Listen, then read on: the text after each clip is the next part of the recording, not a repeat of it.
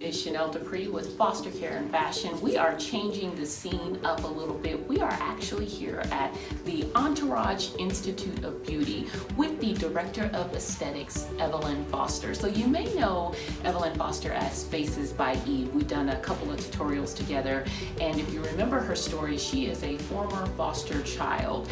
And so what we are doing now on Foster Care and Fashion is every month we are doing a makeover, a free makeover for a foster mom, because foster parents, foster mothers are so important to making sure that the children that enter into the child welfare system are taken care of.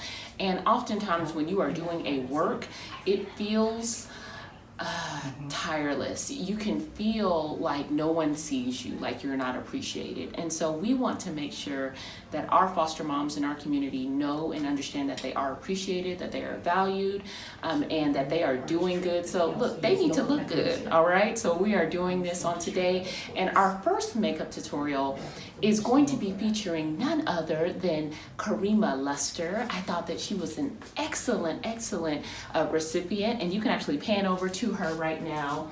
So Karema Lester is a foster mom. She has fostered over 10 children, and she has adopted 3 children out of the system. Not only that, but she is also a case manager in Missouri. So she is working hands-on, day in and day out with these families who are in crisis. And so today's also her birthday. Yay, it's her birthday. That's why we have the crown on. Yes, let's look at the crown one more time.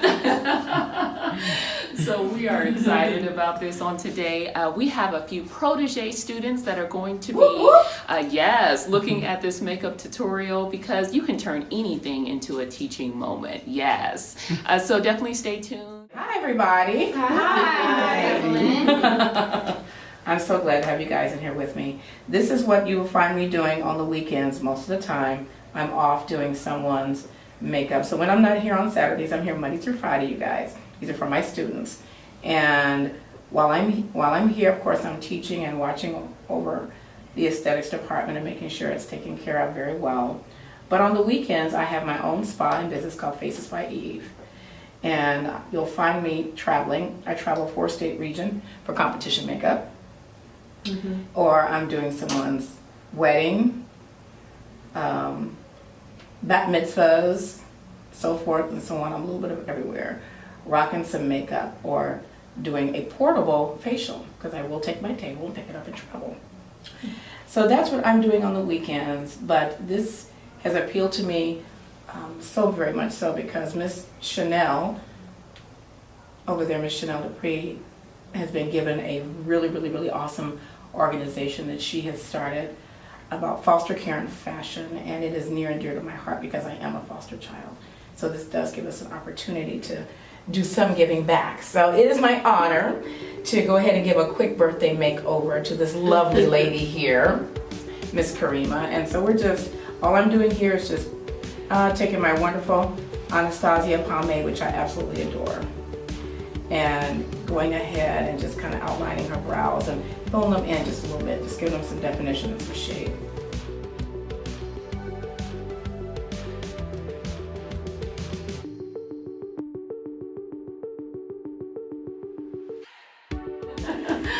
What's the hardest thing about being a foster mom?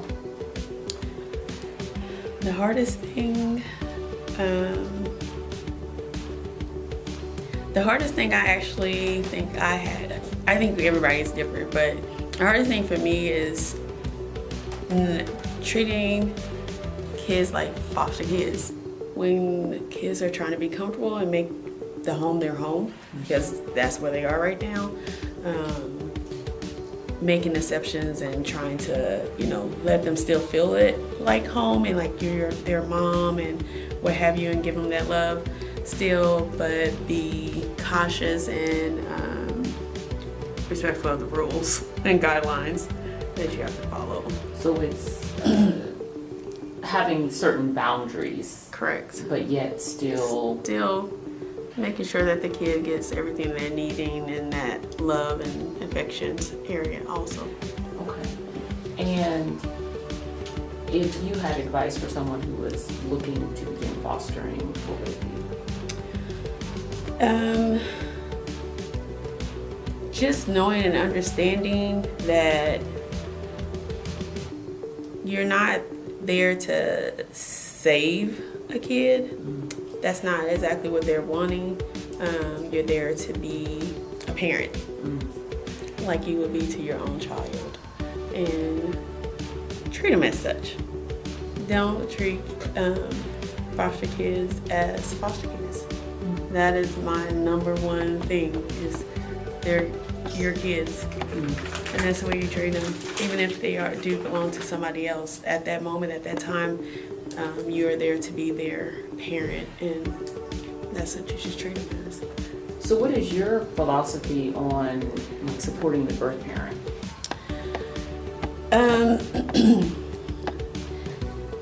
Go with your level of comfort. My level of comfort, I think, is different, being that I am a foster parent and a case manager. So being able to work on both sides, I probably go overboard sometimes and help with case management when that's not my job, and being the foster parent. But being a support as much as possible for the parent is what I like to do. And I think it's beneficial though, for not just for the child, but for that family. Because one, community support and the support system is very helpful for that family when they're going through whatever the situation is. And then it helps with the child, knowing that you and their parents are, getting along. They see it as you guys being friends, so they feel more comfortable and receptive to you. Gotcha. I guess that does make sense. They don't see it as I have to choose one person over the other. Okay. And it makes the parent feel more comfortable. Right. So what would you say is, how do you get supported? As a foster mom, I actually had a very good case manager. That my licensing worker was very helpful, beneficial. Have been doing it for a long time. Family, friends, I pull them all in. Everybody. It's a team sport. It is. It's team sport. I remember one time I got twins. Oh, wow. They were 18 months. Oh, I don't remember this. Oh my gosh. The first night was hard, but that's okay. I had very good friends that came over and helped with them. Yeah. I did not have them that long. However, that was an experience. Okay. If you've never had twins, I feel like my girls they're like having twins, but toddler twins. But pulling in friends are wonderful. Yeah. Wonderful. Your girls are 9 and 10 that you adopted. Yes, ma'am. And so how did you know that, okay, these are the girls that I want to be an adoptive resource for them? I worked really hard with every child that I had in my home, with their families, the kids going back with their parents. However, with these two, when I did see that it was not heading, the goal was changing, the worker had already spoke to me about it, and I had already been working with them. I treat every kid in my house anyway. All my foster kids were not foster kids. They were my kids until they left. So when it came time to them needing a forever home, I did not hesitate, because nothing changed in my house. It was still me being mom and them being my kids, so did not hesitate. And so you mentioned earlier that your kind of perspective is a little different because you're also a case manager. Yes, ma'am. And so you're a case manager in Missouri. Yes, ma'am. And how long have you done that for? 6 years. Which is like forever in case manager world. I just want to say that. 6 years is a long time when you're talking about case management. Oh my gracious. Number one, what do you do? I am an alternative care worker, so I basically, after investigations and court decide that these kids need to come under jurisdiction, that's when I step in and start assisting the family for reunification. Start assisting with the family, assessing their needs, seeing what they need to get their kids back home. Okay. And have you always been in that position, or did you have other positions within the agency? I now have, I do both actually. Now I also work with, once the kids are home or if they're staying in the home, I work with them, making sure that they have everything that they need, and the parents, after the kids return home. Say the kid's been out of the home for 2 years or whatever, that's an adjustment to bring them back into the home. So I work with the family after they go home. The kids are there, making sure that the parents feel supported and have everything they need community-wise, so that when we step out, the children division step out of play, they still have all that support and that everything that they need to continue doing well after we close out our case. Are you basically the aftercare worker, what we would call in Kansas? And yes, ma'am. Okay. Yes, ma'am. Okay, so basically after a child is returned home, usually in Kansas, it's a year. So the worker, they work with that family for a year because, I mean, stuff happens and you haven't had your kids for a while, and so you need support. And so there's a worker there, and usually they start off pretty intently, Yes. where it's maybe once a week. Yes. And then usually it goes to once every other week, and then maybe once a month towards the end. Yes, ma'am. Is that what you do? Yes, ma'am. You kind of have the fun part in a way. Yes. Because this way you know that these kids are actually home. Yeah. Yeah. And most of the time, that's the way it stays. And that's my goal, is to make sure that they do stay home. Yeah. They don't come back into care. Okay. Okay. But you haven't always been in that position. No. Okay. Before you worked with families who had kids out of the home. Yeah, and they had just been removed from the home. That's probably the most That's high conflict. Yes. I mean, Not the best part, but gaining rapport and, making sure that the family knows that you're there to support them, you're not working against them, and you're there to do whatever. You're basically at their beck and call. What do you need? okay. So, Okay. And you're a different kind of social worker. You're different because you have kids. I know a little bit more in-depth information, and you have kids that were on your caseload that still call you. yes, Yeah. I do have kids that still, they're kids that are aged out. They still need support. They still need somebody to be there for them. They still need somebody to call when they are in need, or they're stressed out, or whatever it is. May need a little assistance, may need a babysitter. Those type things, yes ma'am. I do keep in contact with my kids, the ones that want to.